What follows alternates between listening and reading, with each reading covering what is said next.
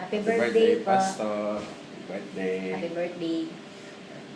We are fortunate and thankful to the Lord na to have a pastor like you who is bold when preaching the Word of God. And I personally could say na God really use you not only for us, but for those who are really na nangangailangan kay Lord. At saka, Pastor, we know na how difficult and how big yung responsibility mo as a pastor. But we know na hindi masasayang yung mga pinagpaguran mo. Napakalaki po ng encouragement na binigay niyo para sa aming mag-asawa. And we really thank you for that. And I know na minsan matigas ang ulo namin, pasaway, and still, andyan kayo to guide us, gaya ng vine na pinupron ni Lord.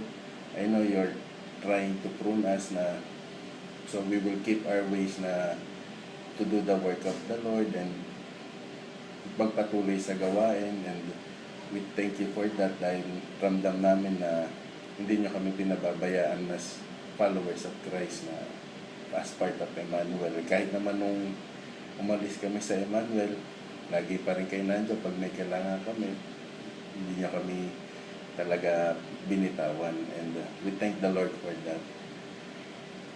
Yun po, maraming salamat, Pastor. And sa birthday nyo, I hope po na God will bless you more and give you strength po sa pagtuturo nyo and being a pastor. So, I hope po na merong something, actually maraming reward na naghihintay sa inyo.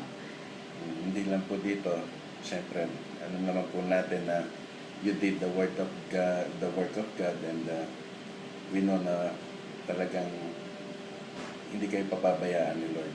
And we hope na you have a good vacation, 1 month at sarap, kakainggit. And yun po. Happy birthday po and happy anniversary po sa inyo ni Tita Mary. God bless. God bless po. Thank you.